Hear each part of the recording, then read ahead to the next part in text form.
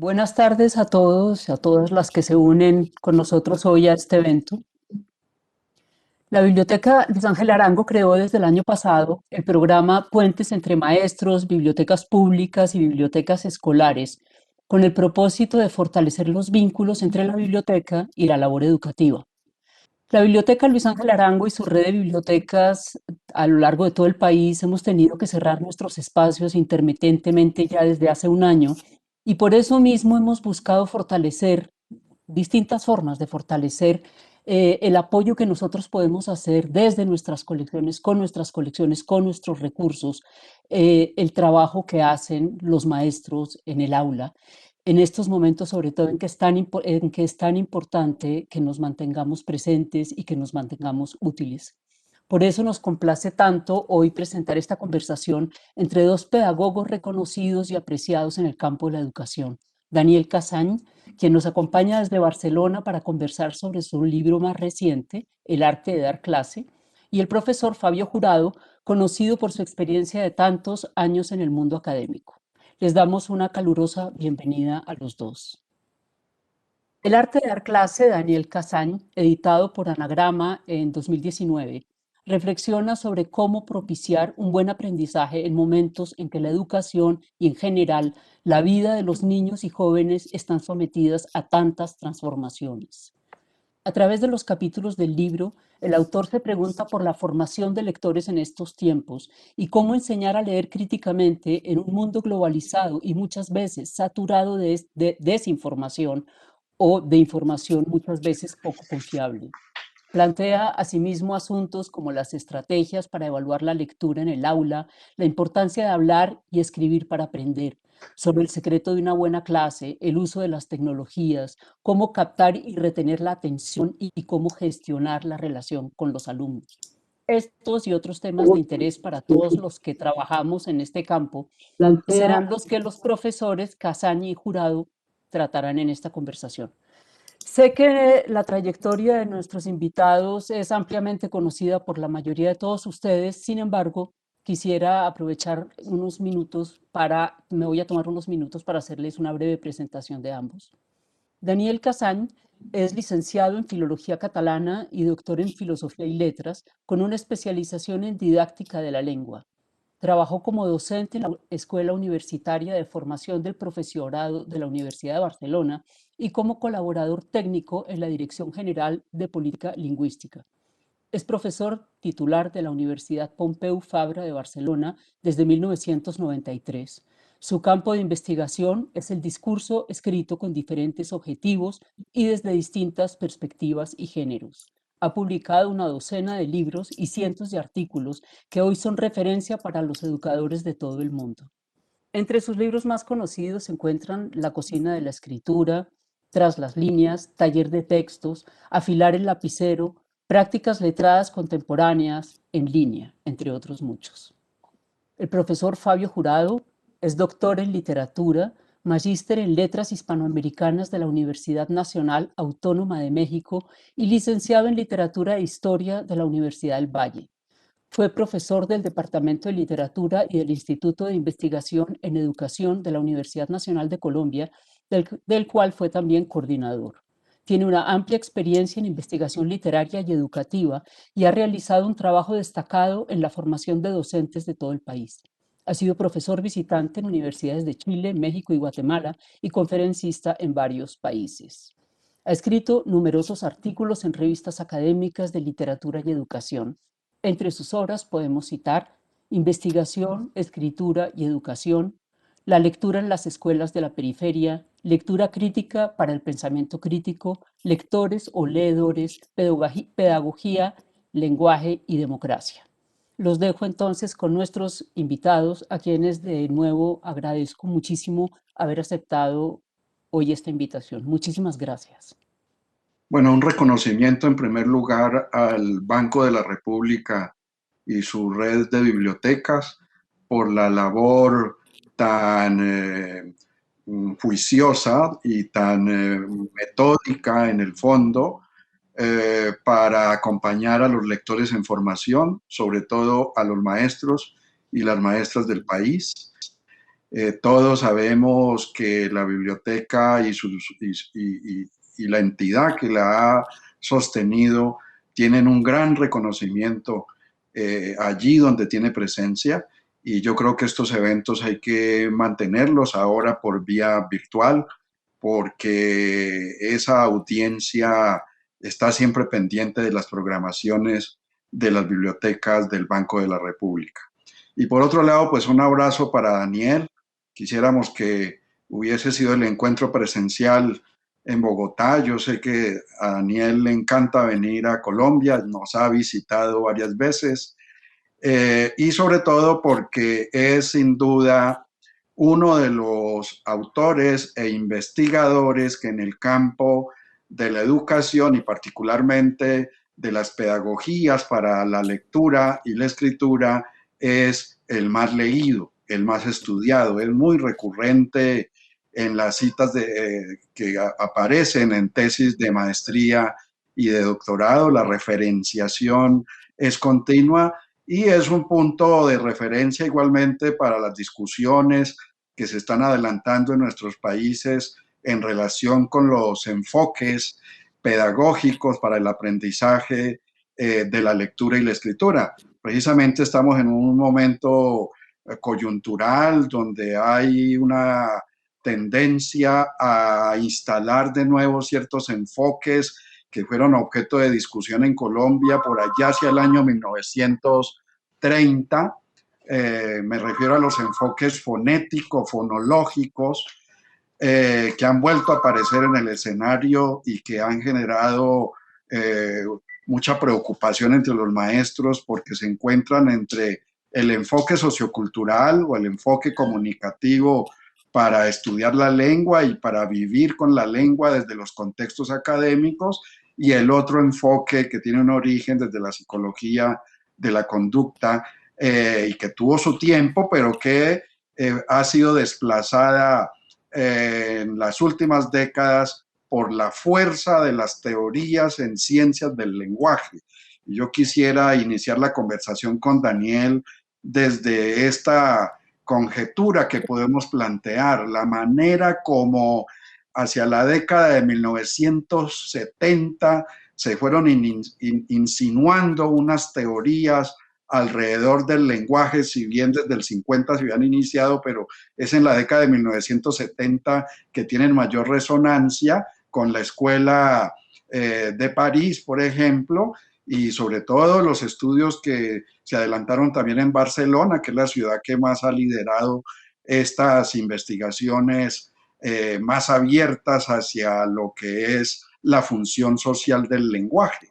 La conjetura es que las ciencias del lenguaje desplazaron la psicología del comportamiento y fue paulatinamente avanzando hacia investigaciones que pudieron mostrar cómo el aprendizaje de la lectura y la escritura tendría que apoyarse desde los contextos socioculturales propios de las comunidades que asisten a la escuela.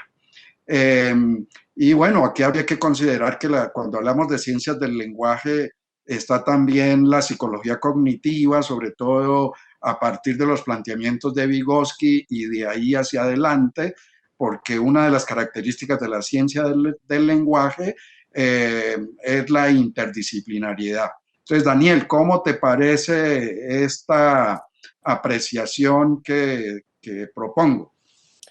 Bueno, pues muchas, muy buenas noches desde Barcelona. Aquí son las 11:40 exactamente. Y estoy en el centro de Barcelona, de modo que un afectuoso saludo en primer lugar para ti, Fabio, muy contento de reencontrarnos en esta nueva modalidad, ¿no? No es nuestro primer conversatorio, pero sí que es el primero en pantallas. Así De es. modo que, y sin ajiaco, porque no vamos a poder comer un ajiaco después. Pero bueno, yo les invito a ver el lugar donde vivo desde hace un año, la silla donde lo hago prácticamente todo, menos comer y dormir. Y me da mucho gusto pues estar en contacto con 646 personas, están viendo ahora esto en Facebook. Un fuerte abrazo desde Barcelona para todos mis colegas, mis amigos, mis lectores colombianos en un momento tan difícil como este, no solo por la maldita pandemia y el virus, sino también por todas las circunstancias sociopolíticas que están ustedes viviendo y que nosotros aquí a este lado del océano también compartimos. Y muy agradecido al Banco de la Nación, a la Biblioteca Luis Ángel Arango, que he pisado muchas veces y que me gusta mucho allí en la Candelaria, ¿no? Y todo. Y bueno, está pendiente el ajiaco y mucho más para la próxima, ¿no?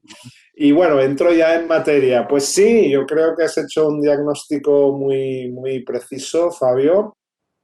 Y efectivamente, pues la enseñanza de la lengua y la educación en general yo creo que siempre ha estado dominada por la psicología, la pedagogía y los lingüistas quizá pues no teníamos tanto interés o estábamos en otras cosas y no nos preocupábamos de esto, pero poco a poco yo creo que hemos ido asumiendo la importancia que tiene la enseñanza de la lengua y la enseñanza en general, o el uso de la lengua en la enseñanza en general, entre personas como nosotros que básicamente utilizamos el lenguaje para hacerlo todo, ¿no? Para construir el mundo, para comunicarnos, para aprender, etcétera.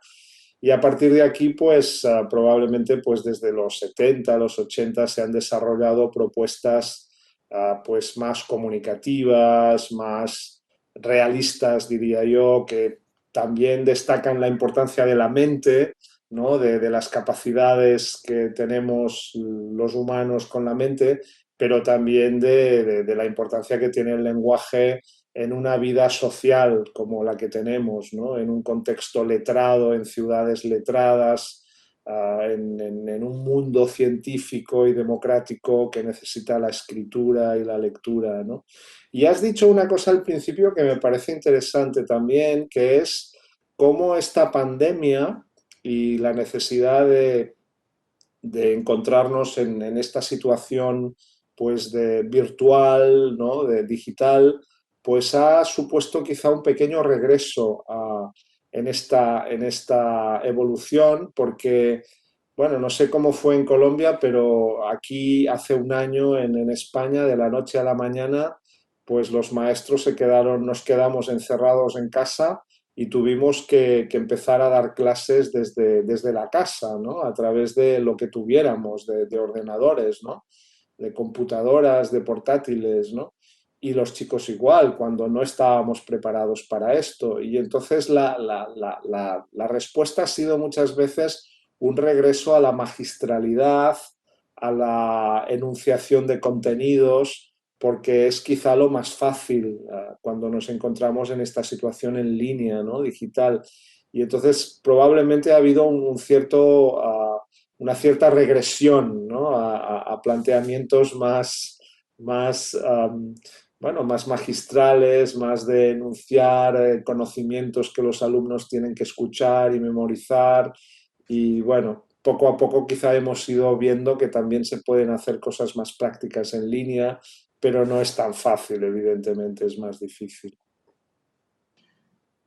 En el libro que recientemente se ha publicado, tuyo, El arte de dar clase, que lo ha publicado Anagrama, de nuevo recoges la preocupación que atraviesa todo tu proyecto intelectual, y es el de la escritura, sobre lo cual podríamos decir que se ha escrito más sobre la lectura y menos sobre la escritura, y creo que fue muy oportuno que ese proyecto tuyo se sostuviera desde la década de 1980. Yo recuerdo que estábamos con un equipo de colegas reabriendo una maestría que se llamó en su momento Estructuras y Procesos de Aprendizaje, con énfasis en lectura y escritura. Y el libro Describir el Escribir fue casi un material de trabajo para varias generaciones de dicha maestría, porque tocaba puntos álgidos relacionados con la escritura, pero además daba señales sobre cómo trabajar la escritura en distintos estadios de la vida académica. Yo quisiera saber qué dio lugar a que sostuvieras esa ruta de investigación y de pensamiento alrededor de la escritura, que yo digo, está abierta la investigación. Cada vez vemos elementos nuevos para profundizar en ellos desde ángulos investigativos, incluso desde los modos de escribir de los doctorandos, no solo pues de quienes llegan por primera vez a la escuela, sino también arriba. Hay una serie de elementos que ameritan la investigación. Pues yo creo que como para mí esta es una conversación nocturna, ¿no? Porque aquí tengo mi bebida, estoy en casa, estamos en una situación íntima, aunque haya 815 personas escuchándonos, ¿no? Pues puedo hacer algunas confesiones, ¿no? Que es muy oportuno para la oportunidad. Y bueno, yo lo que podría decir es que yo quería ser un novelista. Cuando yo estaba estudiando filosofía y letras, yo quería ser un novelista, yo quería escribir, pero me apunté a la Facultad de Filología y Letras para aprender a escribir, pero entonces me di cuenta que básicamente me enseñaron a leer, que no está mal, porque tampoco es tan fácil, ¿no? Está bien, ¿no? Pero cuando acabé dije, bueno, pues tengo que ganarme la vida, ¿no? Y entonces empecé a dar clases y en aquella época estaba formándome como docente en enseñanza de segundas lenguas con un buen equipo de docentes europeos y una persona me influyó mucho y fue la que me orientó diciendo, mira, pues ahora están trabajándose estas cuestiones de la escritura. Y fue a partir de aquí que descubrí pues, toda esta tradición de estudios sobre el proceso de escritura. Y yo tenía que escribir una tesis de grado, que ahora no sé, ahora se han recuperado. Estuvo un tiempo que no se hacían y ahora se han recuperado. Y entonces este libro fue mi tesis de grado optativa, porque no eran obligatorias, ¿no? Y fue un libro que me marcó mucho realmente. Yo tenía 26 años cuando escribí el libro.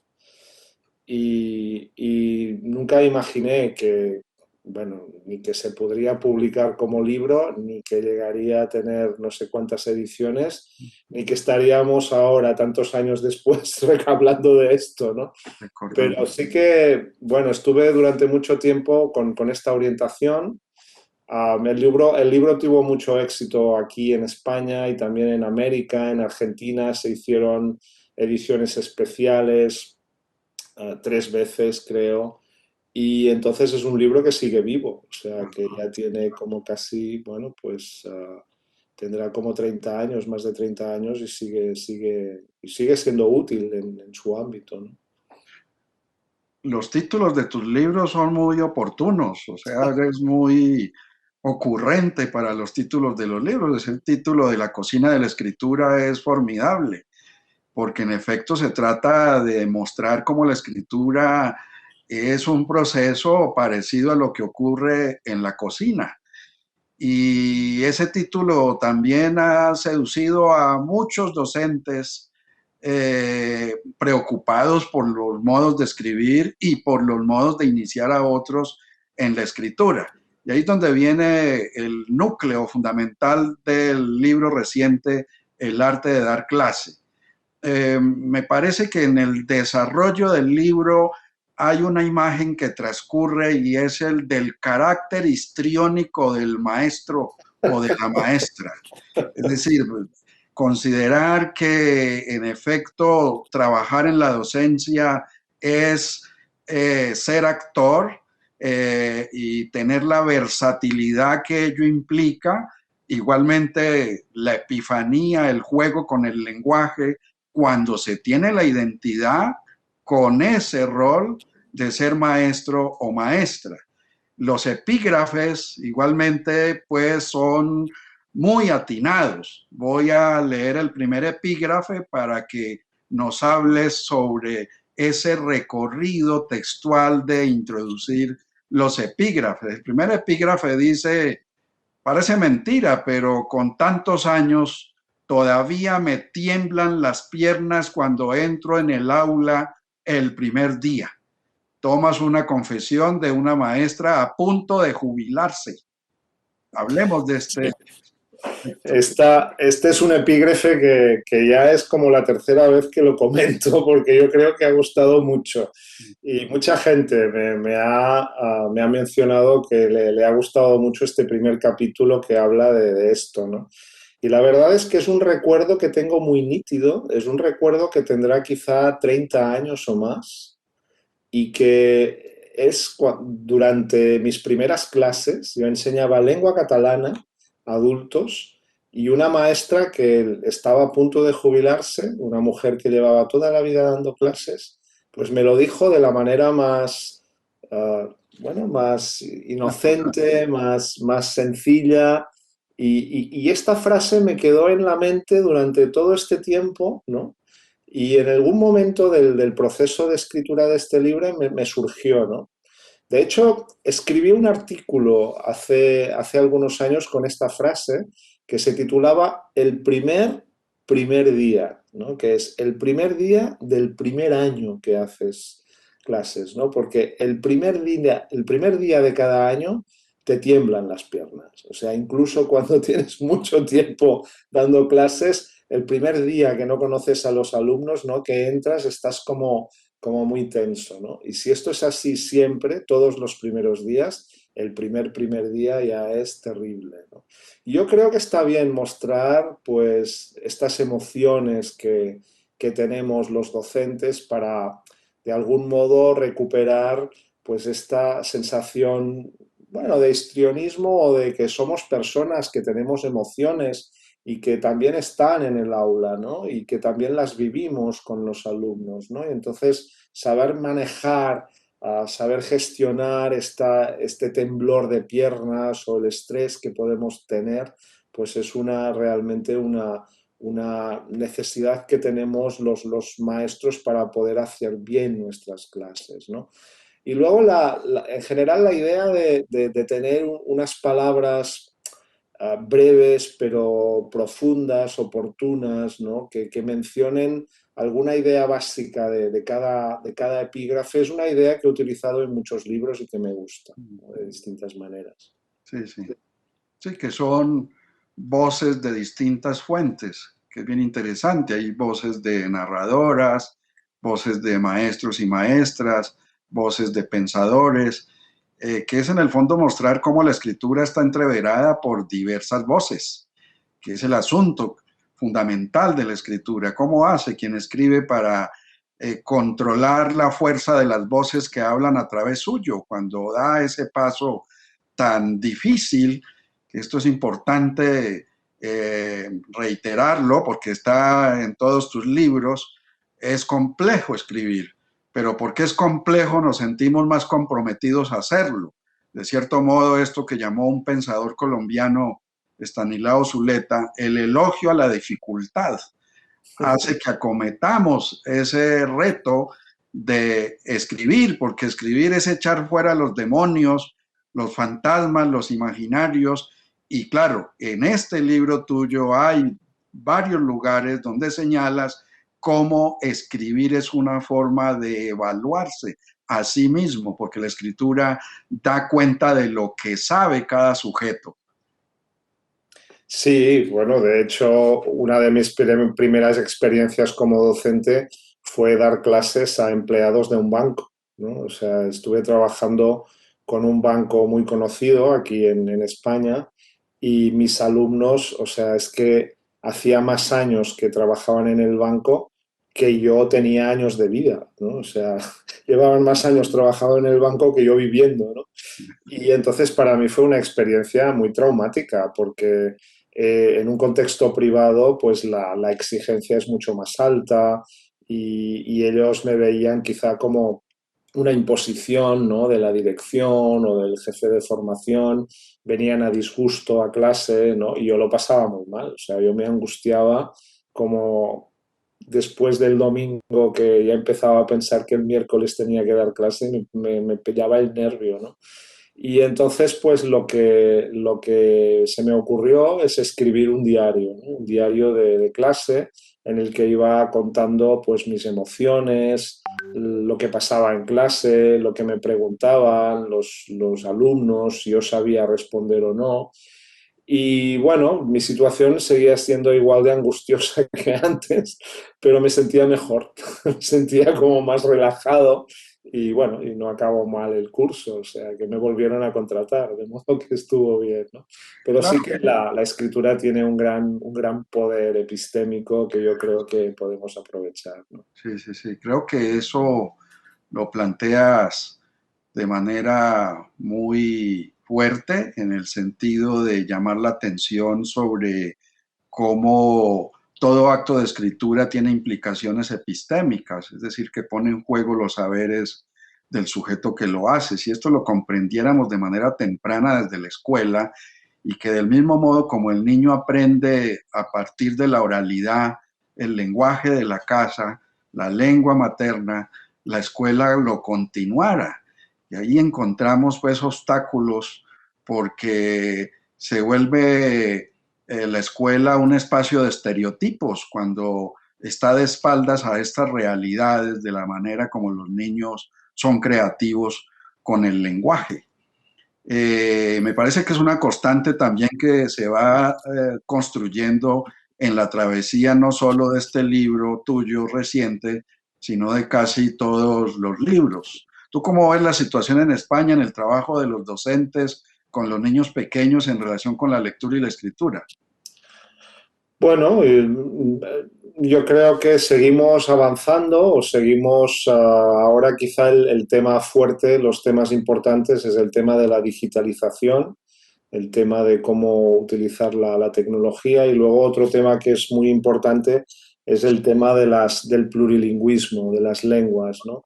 Porque cada vez más, pues, bueno, hay más estudiantes externos, o sea, de origen no europeo, que aportan otras lenguas y nos encontramos con una situación compleja, ¿no? También es un mundo que cambia mucho según los centros. En algunos, pues, hay más tecnología disponible, en otros no hay tecnología y entonces esta situación pandémica también ha complicado las cosas, ¿no? Pero sí que cada vez pues está más clara la idea de que la enseñanza de la lectura y la escritura son fundamentales, no solo en la clase de lengua, sino en todo el currículum, ¿no? Saber sociales es saber leer y escribir sobre sociales, saber naturales es saber leer y escribir sobre física. Bueno, las formulaciones matemáticas son escritura, ¿no? La química es escritura y en las matemáticas son escritura también, ¿no? Y entonces es un saber muy importante y competencial, ¿no? Y entonces yo creo que esto cada vez está más extendido. Por ejemplo, el último debate que se está planteando aquí es sobre la enseñanza preuniversitaria, lo que se llama aquí el bachillerato. Sería la educación de los 17, 18 años o 16, 18 años, ¿no? Que corresponde a 2 años no obligatorios que son preparatorios para la universidad y que, bueno, pues si el conjunto del sistema ya ha hecho un giro hacia un enfoque competencial, se llama, o más comunicativo, más centrado en el uso lingüístico, en la vinculación del uso con la identidad, con las actividades sociales, con el empoderamiento, etcétera, pues el bachillerato todavía permanecía como un espacio muy, muy de memorización, de adquisición de conocimientos no competenciales, de desarrollo de conceptos básicos de cada disciplina. Y eso suponía una gran dificultad para los alumnos, ¿no? Que explicaban pues, que habían tenido un desarrollo educativo muy normal y satisfactorio hasta llegar al bachillerato, pero que con el bachillerato se encontraban. A veces también hay cambios de centros, ¿no? Porque ya no hay tanta disponibilidad de centros, entonces hay que ir a otro lugar a hacer el bachillerato y en ese lugar pues te encuentras con unos docentes que ya no comparten esta manera tan comunicativa, competencial de enseñar y que ya pretenden que memorices conocimientos, que domines conceptos y esto supone pues un muro muy importante para muchos alumnos que abandonan, ¿no? Entonces ahora uno de los debates es precisamente qué hacer con esta franja de 2 años, lo cual yo creo que es un buen indicio de que ha habido pues una cierta implementación feliz de este modelo más competencial, con muchas dificultades también, ¿eh? No hay que negarlo, ¿no? Pero bueno, estamos bien, ¿no?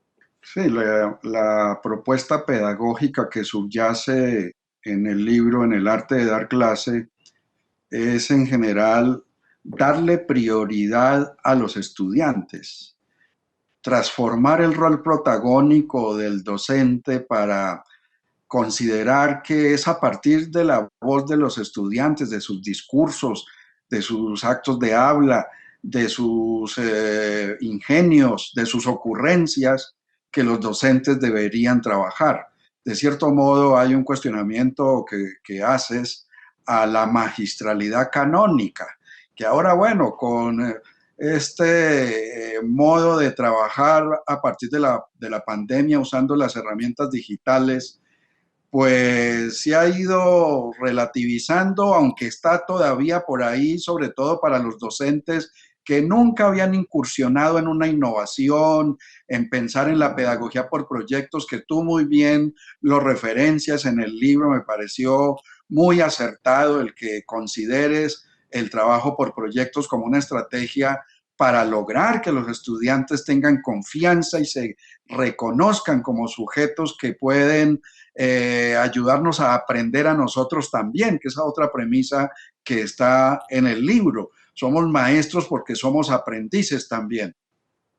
Sí, esta es una de las frases que me ha guiado toda la vida, que me la dio precisamente uno de los profesores que tuve cuando estaba formándome con 20 años, con 19 años, ¿no? Y me decía, mira, el alumno trabaja con la lengua, el docente trabaja con el alumno. Entonces, no cometamos el error de pensar que tú tienes que saber mucho de lingüística, de sintaxis o de semántica, o de química orgánica e inorgánica, o de sociales y de accidentes orográficos o de pirámides de edad. También necesitas estos conocimientos, pero tu objetivo principal es trabajar con el aprendiz, con el alumno. O sea, tú tienes que organizar una clase, tienes que buscar recursos para los alumnos, y los alumnos son los que tienen que trabajar con estos contenidos. No puedes aprender por ellos, o sea, solo puedes ayudarles a aprender, ¿no? Es también el giro de pasar de enseñar a aprender, ¿no? Entonces, este libro del arte de dar clases precisamente toma el título, es como una voz que está detrás, ¿no? De un libro que yo utilicé, que yo conocí pues cuando empecé, hace más de 30 años, que se titulaba El arte de enseñar, ¿no? Y cuando yo me planteé el título, que hablábamos antes de lo de poner título, dije, ¿el arte de enseñar? No, el arte de enseñar no, porque es reproducir este esquema, ¿no? El arte de aprender, pero si dices el arte de aprender, no, la gente no va a entender de qué trata el libro, porque el libro trata de dar clases, ¿no? Y dijo, dar clase, claro, dice, la idea es esta, dar clase, ¿no?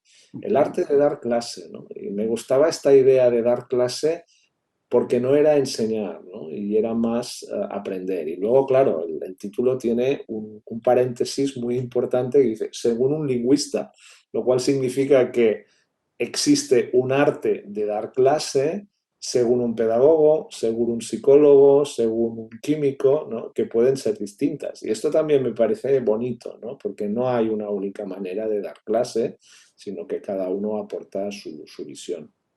Sí, pues estamos de acuerdo en las dudas que tenemos sobre cómo nombrar las cosas en el campo de la educación. En efecto, la palabra enseñar o enseñanza es ambigua, tiene más de un sentido, pero tenemos que usarla para hacernos entender, para como ubicar un referente conceptual. Aquí digamos que la clave es identificar enseñanza con el sentido etimológico, que es mostrar, que es lo que está en tu libro. O sea, invocas por un docente que muestra ejemplos, que muestra casos, que muestra preguntas y que le pide a los estudiantes que muestren lo suyo igualmente, pues para trabajar de una manera versátil, en una relación de ida y vuelta que esto va a ser inevitable en la escuela de las próximas décadas. La escuela va a ser el espacio para el foro, no va a ser el espacio para enseñar y dictaminar cosas que están en los libros, ahora que los libros transcurren pues por esta vía digital. Sí, de hecho, un libro siempre es el esfuerzo de una persona recogiendo voces, ¿no? Antes lo mencionabas. Yo me siento como escritor como un pulpo con 8 patas que va recogiendo ideas de todas partes. Y en el libro hay muchas anécdotas de amigos míos, docentes como yo, que te han contado en algún momento o que a veces pues te explican leyendo un borrador o una parte del borrador del libro, ¿no? Mis libros son muy trabajados, tienen muchas versiones y yo creo que cuando realmente empiezan a tener más interés es cuando van sumando voces y aportaciones de toda la gente que lo lee durante el proceso de escritura y que van aportando pues pequeños granos de arena, ¿no? Pequeños ejemplos, pequeños anécdotas, propuestas, ¿no? Y entonces, bueno, el libro lo firmo yo, pero detrás hay mucha gente que ayuda, ¿no? A veces gente anónima que te dice una frase brillante en un momento, como esta maestra, ¿no? Que la pobre pues nunca pudo ver este libro porque, bueno, cuando yo la conocí y dijo esto, pues ya era una mujer que se acercaba a los 70 años, ya han pasado más de 30, ¿no? Pero alguna vez he pensado, a ver si encuentras a su hija y le puedes recordar que fue su madre la que me dijo esta frase, ¿no? Que sería muy bonito. Sí, sí, muy bien.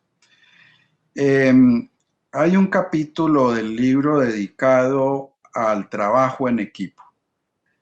Este tema ha sido muy recurrente, hace parte, digamos, de las constantes del discurso en educación, pero ahí también tenemos diversidad de sentidos. ¿Qué se entiende por el trabajo en equipo, por el trabajo colaborativo? A veces se considera que basta con poner a 3 estudiantes que juntan sus pupitres o si están en una mesa, que esto también me parece fundamental que lo hayas tocado en tu libro, lo que tiene que ver con la proxemia, que es definitiva, no es lo mismo aprender cuando vemos la espalda del otro que cuando nos vemos cara a cara. Y bueno, ahora veremos en relación pues con el uso de este medio de educación remota, que ahí se transforman mucho las cosas, es otro aporte que tú haces para la reflexión, ¿no? Logras engancharlo con esta coyuntura del confinamiento a la que fue sometida la escuela y la academia en general.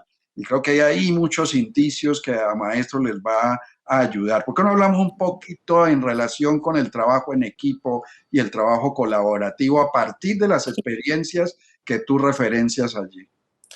Pues les puedo contar, ya que estamos en esta situación íntima, en las casas de cada uno, ¿no? Cómo yo descubrí lo del aprendizaje cooperativo, porque también es significativo, ¿no?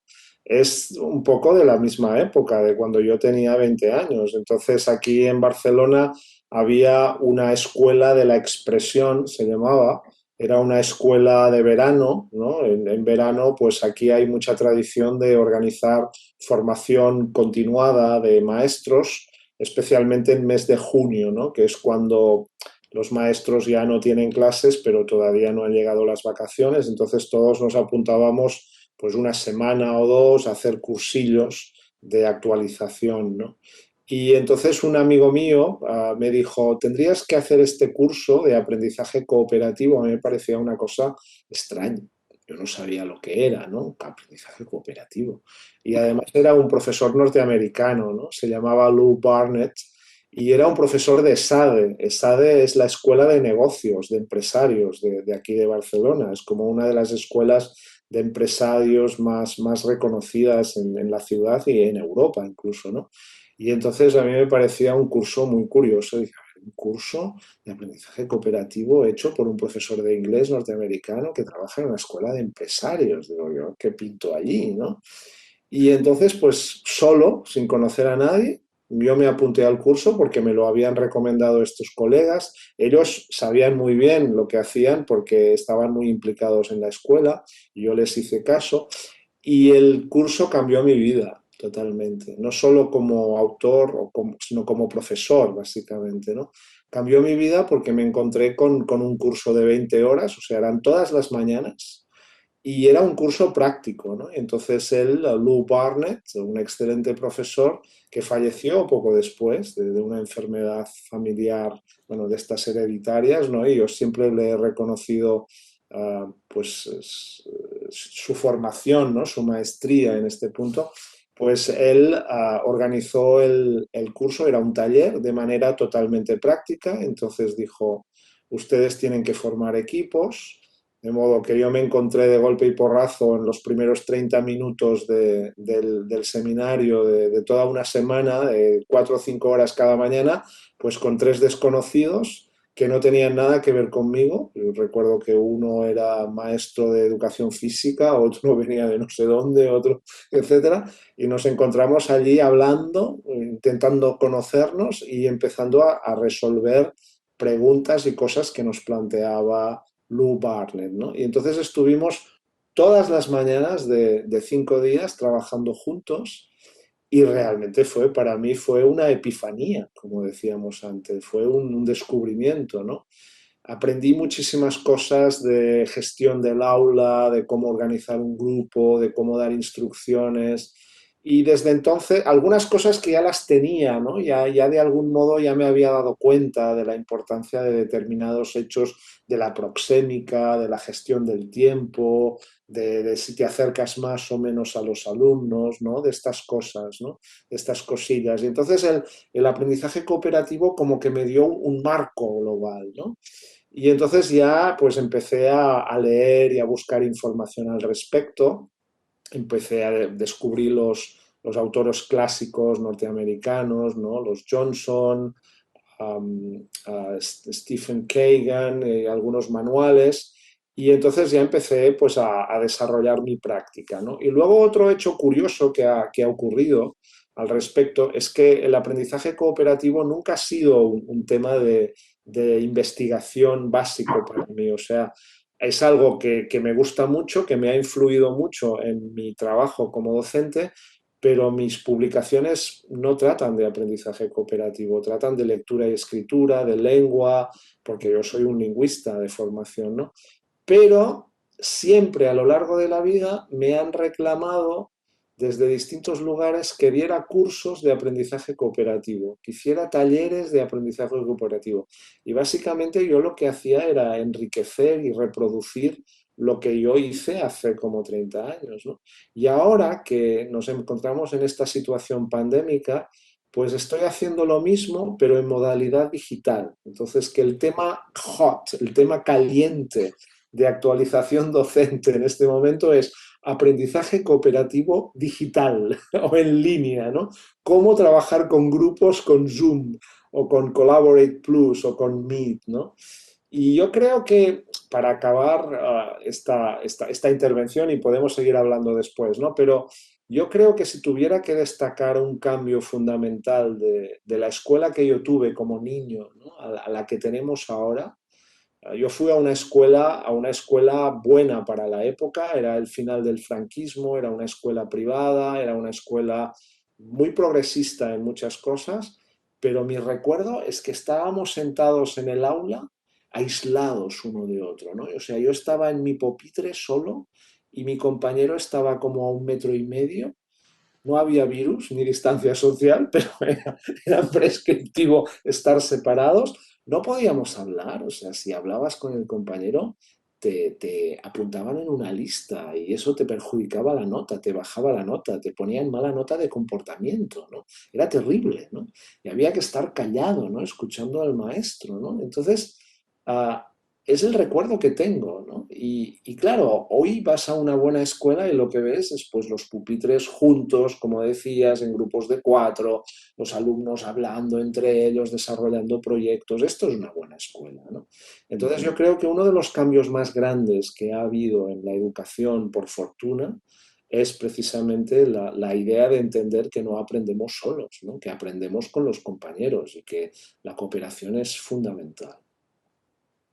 Ahora, señalas también en el libro en uno de los capítulos que se titula Conducta no verbal, con un epígrafe también muy atinado de Martha Graham, el cuerpo nunca miente. Tenemos el dilema ahora con la educación remota usando las tecnologías digitales. ¿Qué pasa aquí con el cuerpo? Bueno, pues que pierde fuerza. Por eso yo estoy intentando moverme, ¿no? Las manos, tirarme para atrás, mostrar un poco Histrionismo. sí, y un poco el fondo, ¿no? Porque ahora hay mucha gente que utiliza estos filtros para borrar un poco lo que tienes detrás, para que no se vea y poner, pues no sé, aquí, pues como la Virgen de Monserrate detrás o una Ah, playa maravillosa en el Caribe, ¿no? O la Catedral de Barcelona, la Sagrada Familia detrás me tocaría a mí, ¿no? Y a mí me parece terrible, o sea, no, yo no lo haría, porque yo prefiero que ustedes vean dónde estoy, ¿no? Que puedan ver, pues, dónde trabajo habitualmente. Yo creo que esto les da más sensación de proximidad y eso es importante, ¿no? Entonces, claro, el cuerpo, que Martha Graham, la famosa bailarina, ¿no? Es muy pertinente que diga esto, ¿no? El cuerpo nunca miente, ¿no? Efectivamente, pero hay que saber ver el cuerpo, porque si no, no te enteras de nada, ¿no? Pero sí que me parece muy importante, ¿no? Y evidentemente en línea, pues tiene menos relevancia porque la máquina lo hace todo, entonces sí que puedes trabajar en grupo, en línea, puedes utilizar los grupos de Zoom, puedes dar instrucciones, pero es todo mucho más técnico, ¿no? Todo mucho más frío porque evidentemente no hay tanta comunicación gestual ni verbal, ¿no? Hay que desarrollarlo, pero bueno, algunas cosas no funcionan mal, de modo que está bien. pero fíjate, volvemos al poder de la escritura, porque a través del chat, cuando das sesiones donde los estudiantes escriben paralelamente a cómo vas comentando los temas de discusión en la sesión respectiva, cuando uno va a leer el chat, puede reconstruir algo de la gestualidad, así sea de manera imaginaria, pero el modo de escribir revela al sujeto cómo es, no tan plenamente como lo hacemos en la presencialidad, pero me parece que la escritura y la oralidad, que no tienen que ser asumidos como una dicotomía, yo creo que también tú esto lo insinúas para la discusión, no hay una tal dicotomía entre oralidad y escritura, si bien son dos prácticas muy distintas, pero tú dejas allí la idea de cómo, aunque haya una escritura con anomalías sintácticas, podemos leer y recuperar lo que está en el fondo de esa escritura y considerar que la academia o la vida escolar o quienes quieren escribir tienen implicaciones con el otro que le indica dónde está desajustado, desilvanada las proposiciones para proceder con esa otra etapa.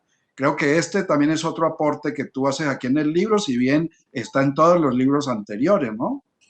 Bueno, la escritura sí, sí, yo creo que sigue siendo una manifestación del cuerpo y de la identidad, ¿no? Y entonces a partir de aquí podemos recuperar bueno, pues las emociones, las ideas, las reacciones que tiene la persona que ha escrito aquello, ¿no?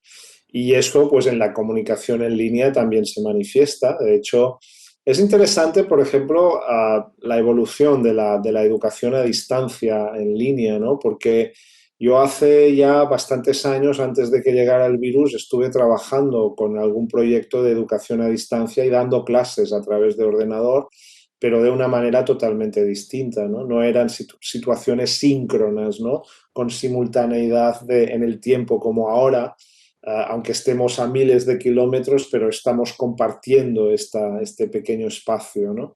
No era esto, sino que era más parecido, pues, a compartir recursos, a responder foros, a escribir en chats, en blogs, etcétera, ¿no? Y en cambio ahora, pues claro, el desarrollo tecnológico ha facilitado mucho el intercambio oral, como estamos haciendo ahora. Pero claro, es un intercambio oral en el que Fabio tiene sus preguntas escritas, yo tengo mis respuestas también escritas, a veces coinciden más que otras, ¿no? La gente nos está escuchando, pero también está comentando el chat. Yo estoy aquí con una pantalla grande, con dos ventanas, en una nos vemos aquí en el espacio de Cisco Webex del Banco de la Nación, pero luego en el otro tengo abierto el Facebook donde voy viendo cuánta gente hay, lo que escribe la gente. Es una situación pues en la que oralidad y escritura, voces de distintas personas se solapan, mucho más compleja que nunca antes, ¿no? De hecho es imposible, yo no puedo estar leyendo todo lo que nuestros lectores, nuestra audiencia está escribiendo, ¿no? Y tenemos que estar súper atentos para no perder nada, ¿no? Entonces, la comunicación cada vez es más compleja, cada vez utiliza más modos, ¿no? Y el docente, pues necesitamos más habilidades y más atención para poder gestionarlo de manera eficaz. Sí. Dices en el epílogo del capítulo 7 lo siguiente: el debate sobre la comprensión es eterno. Salta de un fuego a otro y se va enredando. Primero había solo la capacidad cognitiva de procesar letras y construir significado. No es moco del pavo, ahora nos explicas esa metáfora. No es moco de pavo si recordamos los porcentajes de semianalfabetismo que persisten. Conversemos sobre ese apartado de tu libro. Bueno, moco de pavo no sé si se entiende en Colombia, pero es una expresión que aquí en España significa no es poca cosa. O sea, significa que es realmente difícil. O sea, leer cognitivamente en el sentido más literal no es poca cosa, no es sencillo. También exige muchas dificultades y la prueba más clara es que hay muchas personas que no lo consiguen. El drama es que esto hoy en día es casi nada, es muy poco, porque se necesitan muchas más cosas para que no te engañen. O sea, necesitas poder entender cosas que no se dicen literalmente, necesitas poder entender las inferencias, poder recuperarlas, poder reconstruirlas y encima necesitas sospechar de lo que se dice y poder identificar si quien te habla es alguien honesto, alguien que tiene buenas intenciones o si te está engañando vilmente, ¿no? Poder identificar bulos, mentiras, engaños que cada vez son más habituales, basura en Internet que cada vez hay más y que cada vez pues nos confunden y nos manipulan más porque ya no nos pueden pegar, porque ya está prohibido, gracias a Dios, y es un gran avance, pero nos pueden engañar con las palabras y con los discursos, ¿no? Entonces esta es la idea del debate eterno, ¿no? O sea, siempre estamos allí peleando, siempre pensamos que entendemos menos que antes y yo creo que entendemos más que antes, pero el problema es que nos exigen ahora mucho más que antes, mucho más que nunca. Pero ahí es donde reafirmamos la importancia del encuentro en la escuela y lo relevante que es la presencialidad, el encuentro físico con los estudiantes y entre los colegas.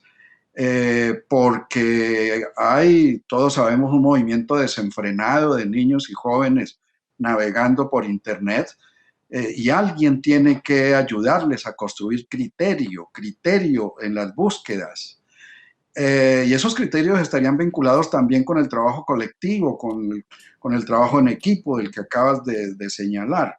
Y es, ¿por qué no considerar a los estudiantes junto con los docentes como editores, como compiladores, dado que transcurre a través de las redes tanto texto libre, liberado en el sentido pues de proporcionarlo al que lo quiera usar, y textos con procedencia de revistas de divulgación científica, por ejemplo, que es lo que desde la red de lenguaje aquí estamos proponiendo a los maestros.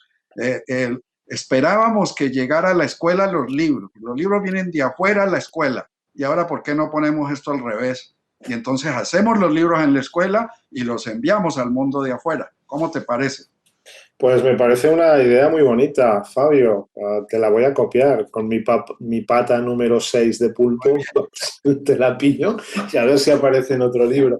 Sí, me gusta mucho porque es una manera de plantear las cosas cooperativamente, bueno, con un concepto de revisión, de editorial, de editores, de personas que asumiendo distintos roles, ¿no? De autor, de coautor, de editor, de corrector, van construyendo un producto, ¿no? Un producto que es común, ¿no? Hay una parte de mi trabajo más de investigación básica que quizá es menos conocido porque se publican en papers en inglés muchas veces, pero que trata de un tema fascinante que es el fandom, ¿no? Los jóvenes fans frikis de videojuegos, del cómic manga japonés, pues no sé, de fiestas temáticas, de series de televisión, etcétera, ¿no? Y aquí he aprendido un montón sobre cómo la gente joven aprende por su cuenta, a veces sin maestros, sin currículum, ¿no? En contextos informales, pues porque están apasionados por algo, ¿no? O sea, ellos pues son fans de Shakira, están encantados con todas las canciones de Shakira, viven en Rusia o en Estados Unidos o en Sudáfrica, fundan un club de fans de Shakira allí, aprenden español para entender las letras de Shakira, las traducen a su lengua materna, hacen composiciones y aprenden un montón, ¿no? Y lo hacen porque cooperan entre sí, porque los que saben más enseñan a los que saben menos, porque comparten el conocimiento y porque crean unas organizaciones muy sofisticadas para desarrollar productos increíbles, ¿no? No sé si, por ejemplo, es conocida aquí en Colombia una serie española muy recomendable que se llama El Ministerio del Tiempo. No sé si es muy conocida. Es una serie muy curiosa española en la que se viaja a través del tiempo por unas puertas secretas, ¿no? El ministerio significa un ministerio político, ¿no? O sea, una parte del gobierno, ¿no? Que tiene el poder de viajar en el tiempo, ¿no? Y entonces hay como un grupo de operaciones especiales que se va a distintos momentos del pasado a solucionar problemas para que la historia no cambie, ¿no? Para que todo siga siendo como ha sido, ¿no? Y entonces viaja en alguna oportunidad, por ejemplo, a la época de Cervantes o a la época de Goya o la época, pues no sé, de las cruzadas, ¿no? Y entonces van apareciendo personajes históricos, ¿no? Y es muy graciosa, muy recomendable, tiene como 3 o 4 temporadas. Y entonces resulta que en China es muy conocida entre los jóvenes chinos, ¿no? Pero los jóvenes chinos no pueden acceder a ello porque, bueno, no tienen permisos, porque no tienen dinero y entonces ellos trabajan conjuntamente y consiguen los episodios en español y entonces se organizan para subtitularlos, escribirlos en español, el audio, y para traducirlos al chino, ¿no? Y entonces son agrupaciones de centenares de chicas jóvenes, hay más chicas que chicos, que cada uno desde su casa se conectan a las redes sociales, comparten el trabajo, subtitulan cada uno de los episodios de 1 hora, lo traducen al chino, lo ajustan, lo corrigen, crean un fichero audiovisual con el audio original en español, con el subtítulo en español, la traducción en chino, a veces añaden anotaciones para explicar, esto es la Gran Vía de Madrid, esto es un escritor que escribió esto, tal, para que la gente lo entienda y luego lo comparten en Internet, ¿no? O sea, es impresionante lo que llega a hacer la gente joven para aprender. Y eso lo utilizan para aprender español, ¿no? Muy De bien. una forma inusitada que en la escuela evidentemente nunca podíamos imaginarnos, ¿no? Sí, has hecho un enlace con otro pasaje fundamental de tu libro y es que te preguntas si desde el colegio no logramos que los jóvenes lean obras fundamentales del canon de la literatura, después no los van a leer. Pero el dilema que tenemos es, ¿y cómo hacemos sentir a los muchachos para no leer como obligación, sino con la necesidad de ir a ese texto? Y digo, de lo que acabas de decir es un pretexto, una posibilidad. Se puede partir de un video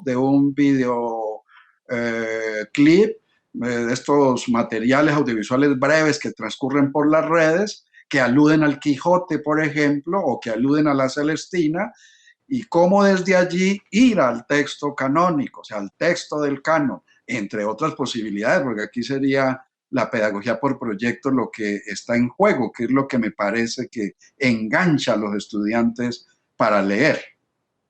Sí, totalmente de acuerdo. Yo creo que es un gran dilema y es muy difícil porque si les pides que lean algo que no les interesa, acaban odiando lo que están leyendo, ¿no?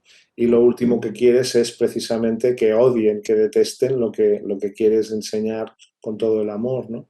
Pero si no les ayudas, nunca lo van a leer y van a acabar la escolarización y no van a saber nada, no van a entrar en Es contacto terrible. con Palestina, ¿no? Sí, sí, Entonces, sí. ¿cómo lo haces, no? O sea, que es muy delicado, muy, muy difícil, ¿no?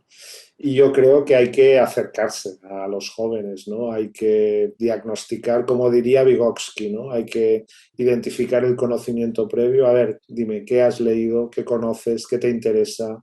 ¿Qué te gustaría? ¿Qué te gusta? ¿Qué haces? ¿Qué te interesa de Internet? Vamos a hacer un diagnóstico real, detallado, y ahora vamos a intentar trazar un plan de cómo puedo llevarte de lo que haces y te gusta a la Celestina. No es moco de pavo. Tampoco, no es fácil, ¿eh? No es fácil. Entonces, a ver cómo lo conseguimos. Entonces, probablemente necesitaremos una versión simplificada, audiovisual de la Celestina. No podemos conseguir esto con poco tiempo, con una semana, con 2 semanas, con 3 semanas, ¿no? Hay que plantear una cosa a medio, largo plazo. Hay que empezar leyendo cosas más cercanas de literatura infantil y juvenil.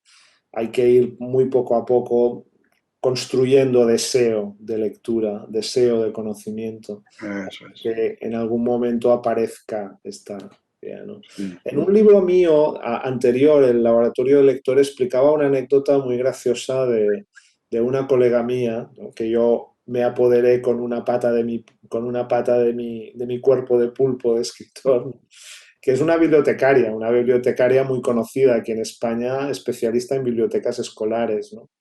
Aquí en España no hay bibliotecas tan bonitas como las que tienen ustedes en Colombia, que son las más impresionantes que yo he visto nunca. ¿Ah? Y ella, bueno, ella trabaja en bibliotecas escolares, ¿no? Y entonces me contaba cómo pues, su hija no quería leer, no le gustaba leer, ¿no? Y entonces lo que hizo ella, ¿no? Y entonces ella, cuando empezó todo el mundo de Harry Potter, ¿no? Cuando empezó toda esta historia, pues en un viaje en coche de Barcelona a París, en coche, ¿no? Que iban ella, su hija y una amiga y la hija de la amiga de la mamá, de la bibliotecaria de mi amiga, pues empezaron a leerles en voz alta el primer libro de Harry Potter, ¿no? Y entonces allí todo el trayecto hasta París, que pueden ser un montón de horas, ¿no? De coche, ¿no? Parando, porque no se puede hacer de un solo viaje, ¿no? Y entonces, pues las niñas la niña se apasionó con Harry Potter. Entonces el segundo libro ya lo leyó sola, con la ayuda más a distancia, más periférica de la mamá, ¿no? Y claro, lo que hizo la niña cuando ya se quedó enganchada con Harry Potter, porque le gustaba el segundo libro de Harry Potter, es decirlo a las amigas, porque ella no podía quedarse sola, ¿no? Necesitaba a alguien con quien hablar de las lecturas, ¿no? Entonces lo explicó a todas sus amigas en la escuela y entonces ellas empezaron también a leer Harry Potter, ¿no? Y entonces a partir de aquí empezó pues todo, ¿no? Luego vino la necesidad de escribir historias de Harry Potter, de escribir fanfiction, ¿no?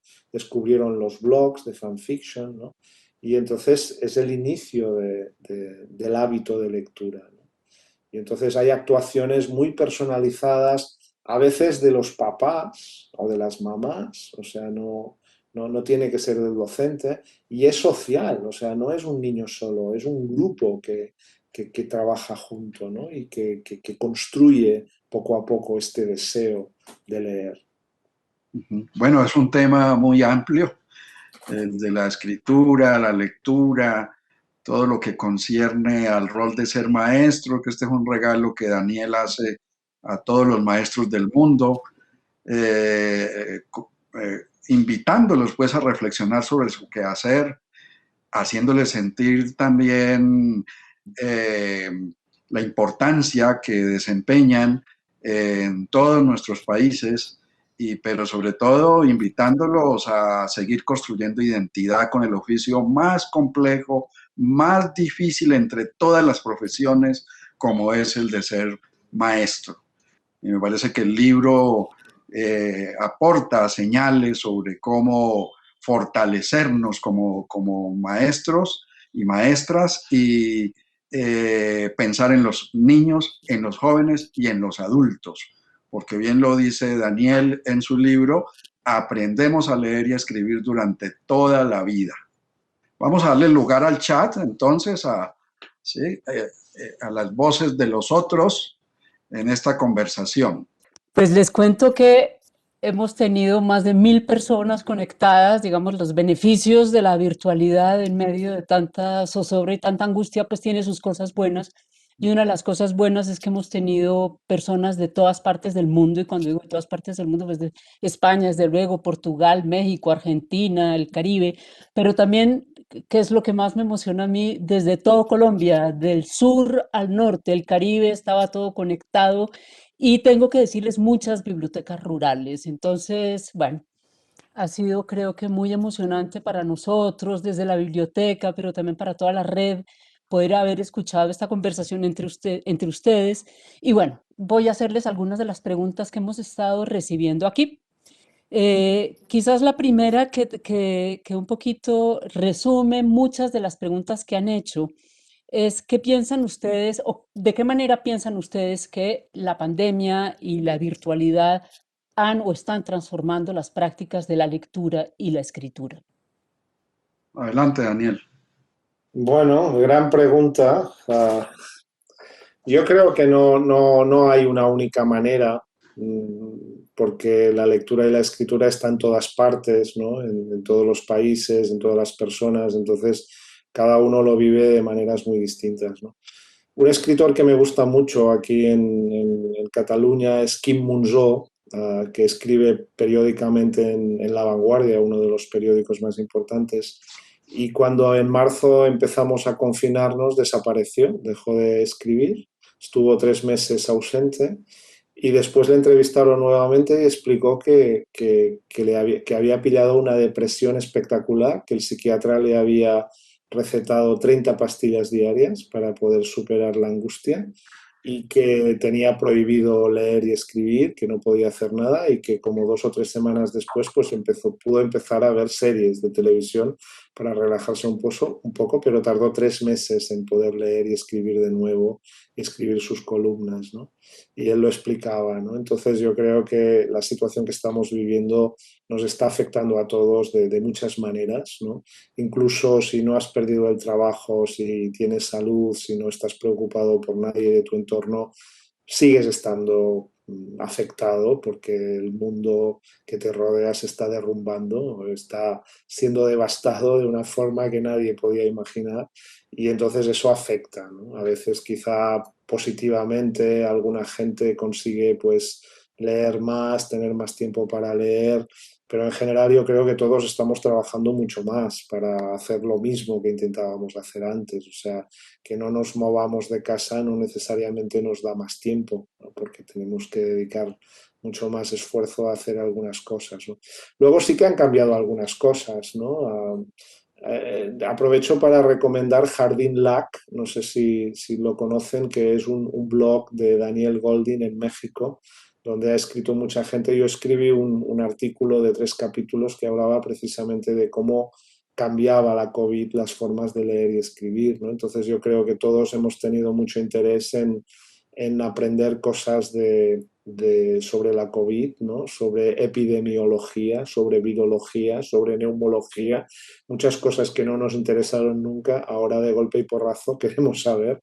Hemos empezado a pelearnos con estadísticas absolutamente impresionantes que salen en los periódicos para saber el número de afectados en cada zona, el número de vacunados, saber todo cómo evolucionaba. Hemos aprendido muchas cosas de estadística. Hemos visto que los números también engañan, que no son más fríos o más honestos o más objetivos que las palabras.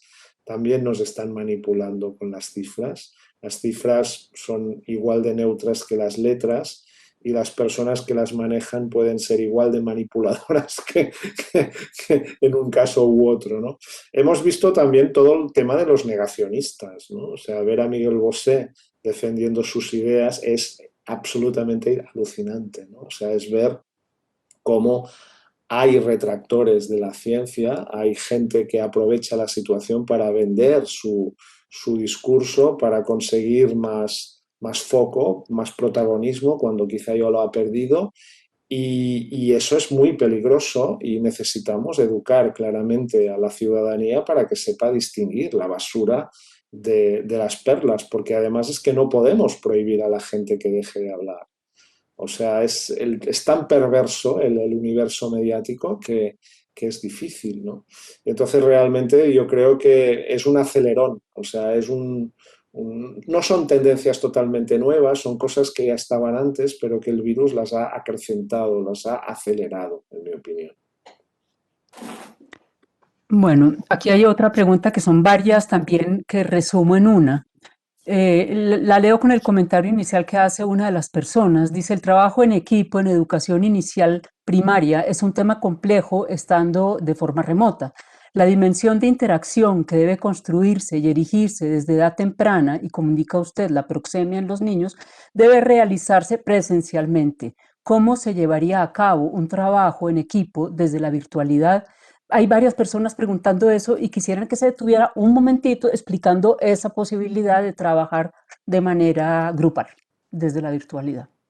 Bueno, yo quiero aprovechar para hacer un reconocimiento a muchas maestras de la etapa infantil que con su potencial imaginativo han sabido mantener la interacción con sus niños.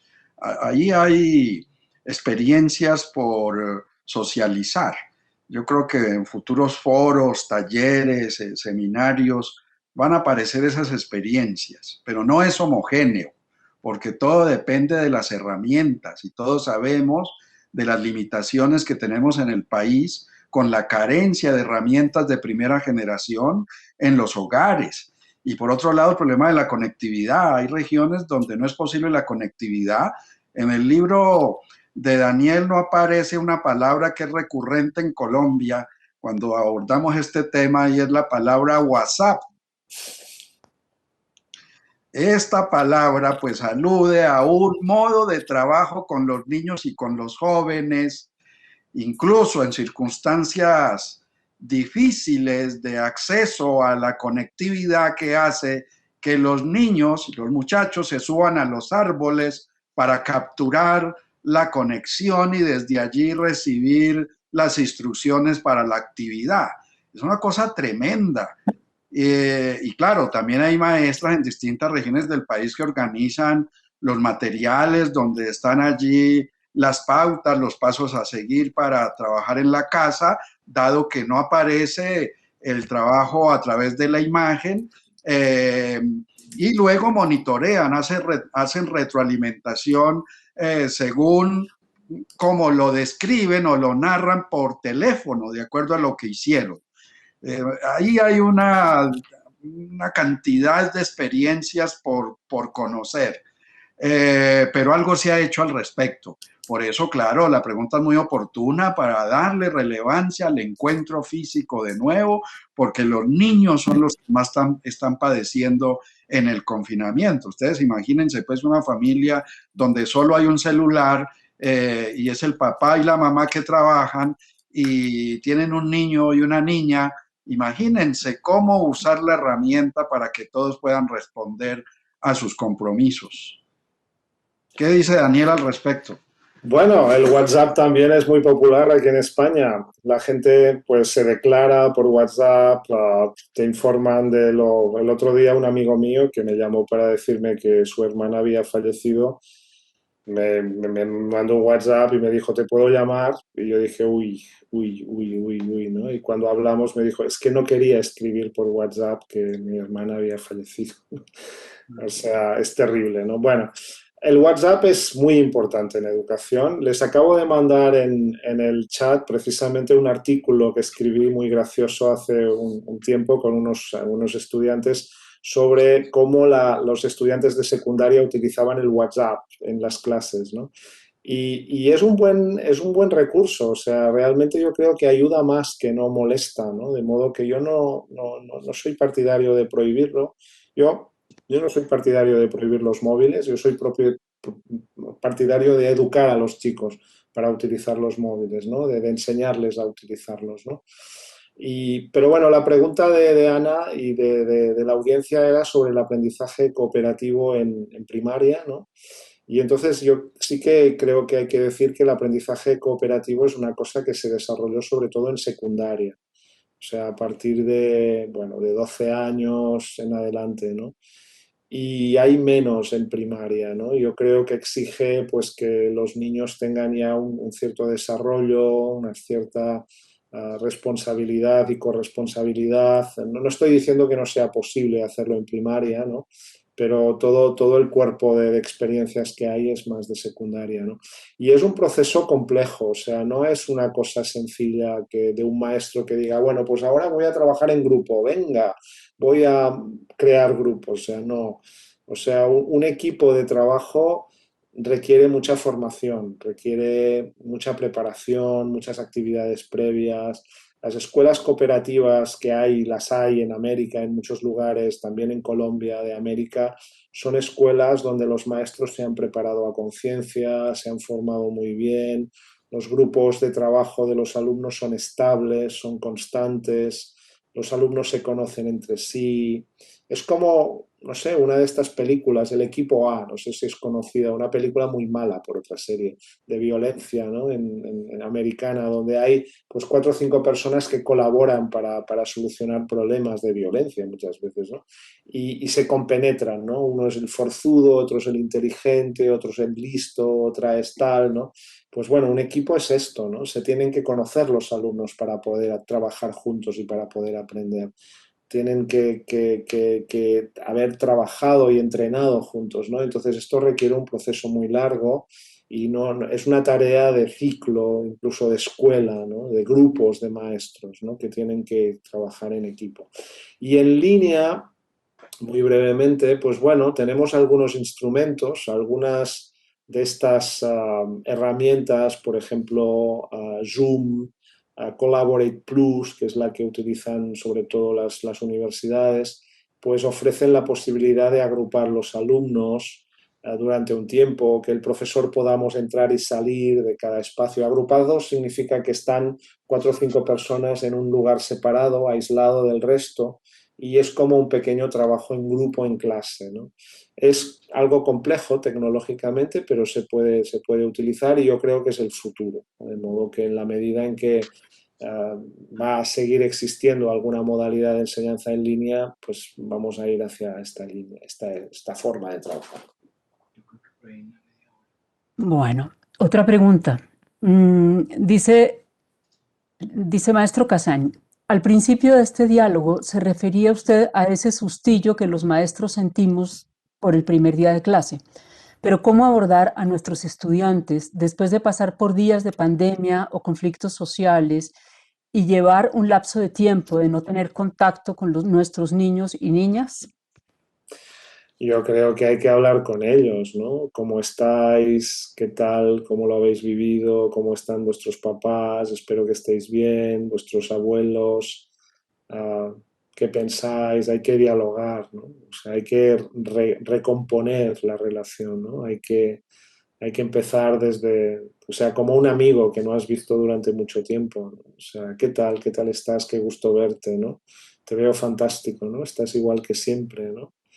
Ah, cómo está todo, la gente conocida, ¿no? Cómo te ha ido, ¿no? Hay que dedicar un tiempo a reconstruir estos vínculos para empezar de nuevo a aprender, ¿no? Porque no puedes, o sea, evitar algo tan grande como lo que estamos viviendo, ¿no? Hay que hablar de ello, ¿no? Yo creo, ¿no? Y retomarlo pues sabiendo que, bueno, que las cosas han cambiado de algún modo. Sí, hay unos saberes que han ido construyendo los niños y los jóvenes a partir de la pandemia y a partir del conflicto social, y pues los maestros son mediadores.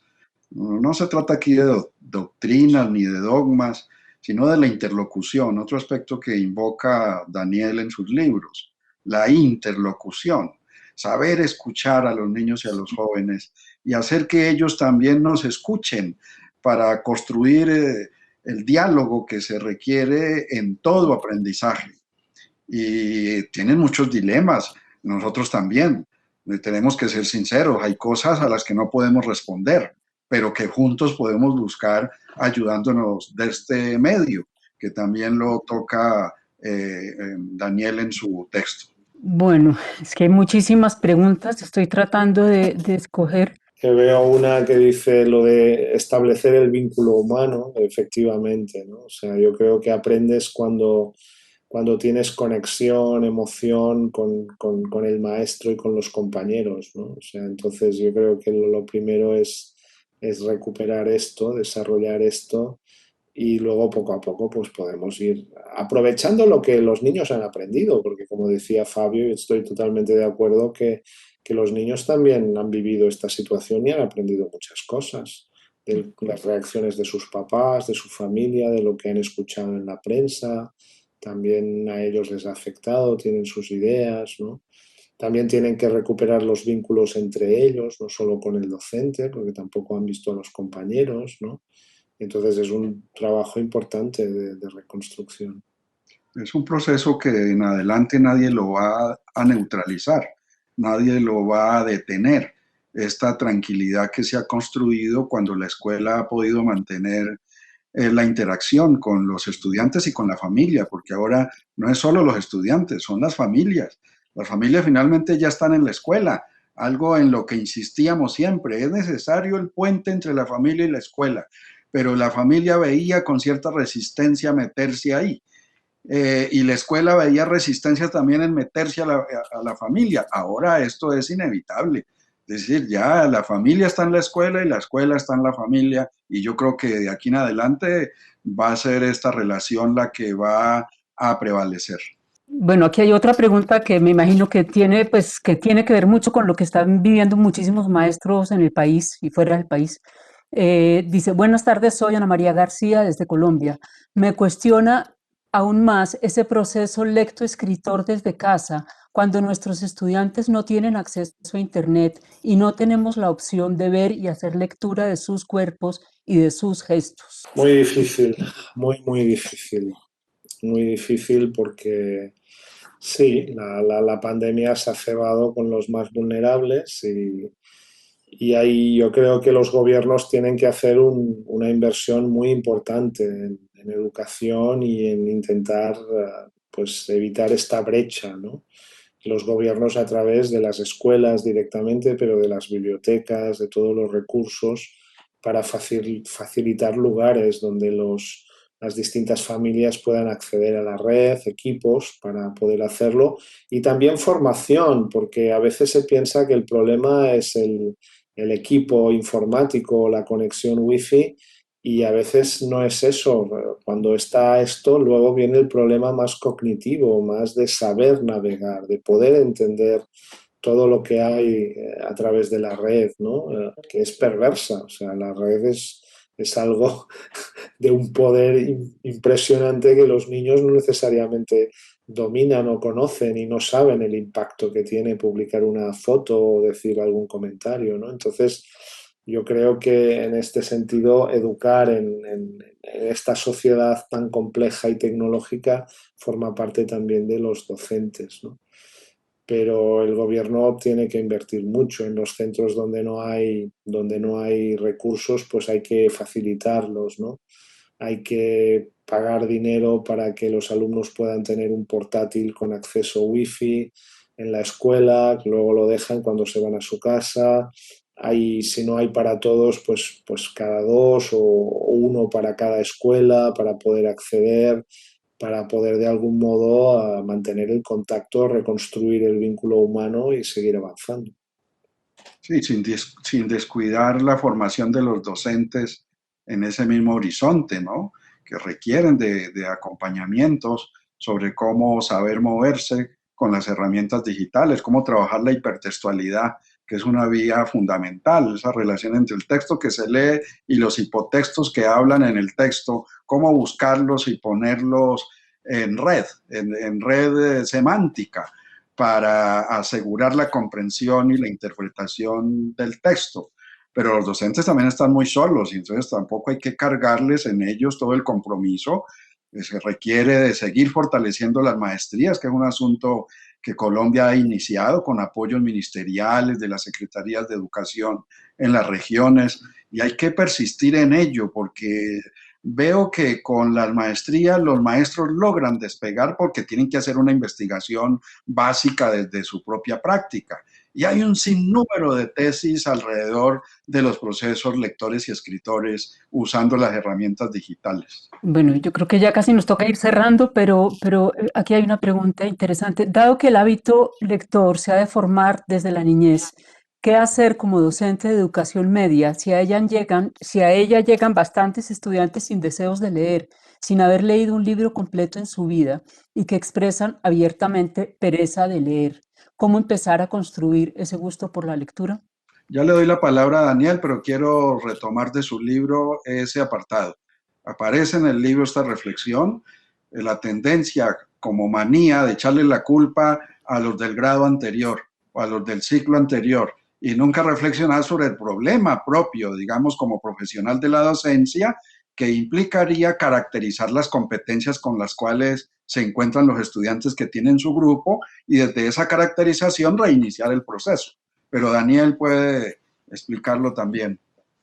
Bueno, no es un problema puntual, o sea, hay que acompañar a los jóvenes, a los bebés, a los niños y niñas, a los adolescentes, a los jóvenes a lo largo de la vida. O sea, no es una cosa que afecta a los papás, las mamás, a los docentes y que tenemos que trabajar todos juntos, ¿no? Y hay que conectar con los chicos, ¿no? Entonces, bueno, no quieres leer, te da pereza, ¿vale? Pues, ¿qué es lo que te gusta? Vamos a positivizarlo, ¿no? ¿Qué te interesa? ¿No? ¿Te interesan las motos? ¿Te interesan los cómics? ¿Te interesa la música? Pues vamos a buscar información sobre esto. Yo te conseguiré libros que hablen de lo que te gusta. Yo te pondré en contacto con otra gente que habla de lo que te interesa y que lee y escribe, ¿no? Y entonces, a partir de aquí te iré poco a poco mostrando que puede ser muy divertido leer y escribir, ¿no? Porque muchas veces el niño te dice esto quizá porque las experiencias que ha tenido de lectura, que pueden haber sido unas y pequeñas, han sido frustrantes, pero esto no es toda la lectura. Todos sabemos que un buen docente puede hacerte apasionar por lo que te interesaba menos de la vida, ¿no? Pero es el docente el que te sabe mostrarlo, ¿no? Y entonces esto es lo que hay que hacer. ¿No han triunfado los docentes que has tenido hasta ahora? No pasa nada, no les vamos a culpar. Vamos a buscar otras opciones, a ver si conseguimos conectarte a ti con la lectura para que desarrolles pues tu vida de otra manera. ¿No? Y considerar que se aprende a leer, a escribir y a hablar durante toda la vida. Hasta hablar, porque va modulando el discurso oral de acuerdo a tu experiencia con los textos, con la interpretación que haces de los textos y la interpretación de los discursos de los otros. Un aprendizaje durante toda la vida. Y ahí es donde creo que la educación tiene que aportar, ayudar a que los niños y los jóvenes reconozcan que tienen toda una vida para seguir avanzando en esto que podemos llamar el fortalecimiento intelectual. Pues muchas gracias, creo que se nos acabó el tiempo. Muchísimas gracias a los dos, profesor Casañ, fue un gusto haberlo tenido aquí, profesor Jurado también, qué buena conversación. A todos los que nos están oyendo, nos han oído esta noche, me preguntan si el libro ya está en Perú, me preguntan si el libro ya está en otros países de América y en Colombia. Sí, el libro yo creo que está llegando o tiene que haber llegado. El libro salió en enero de este año, en el 21, y se puede conseguir en línea también. Si la gente se anima a leer en línea porque, por ejemplo, pues lo hemos enviado en línea a Fabio, por ejemplo, o a otros profesores, a Ana, pues porque es más rápido, ¿no? Y es más barato también, ¿no? Y se puede leer en todos los formatos, ¿no? Pero en papel también llegará, pero claro, llegará a precio español. y con el recargo del transatlántico, de modo que a ver si tiene buena fama y aquí consiguen hacer una edición en Colombia exclusiva que tenga precios más decentes, porque es que a mí a veces también me avergüenza cuando voy a alguna librería de Bogotá y veo los precios, digo, Dios mío, qué vergüenza, ¿no? Pero bueno, es lo que hay. Bueno, nosotros como biblioteca y como red de bibliotecas nos encargaremos de que el libro esté en todas las bibliotecas del país en cuanto se pueda y ojalá también en la versión virtual. Muchísimas gracias, muchas gracias también a todos ustedes que nos acompañaron en esta conversación. Bueno, Buenas gracias noches. a Ana y a Daniel, pues que vaya agendando para que el próximo año esté con nosotros cuando todo esto esté más equilibrado. Sí, sí, sí, también para que vengan ustedes para aquí. Venga, un abrazo, Fabio, Ana, un Vale, gusto. Ha Muy bien. estado muy un bien. abrazo. Vale. Hasta luego.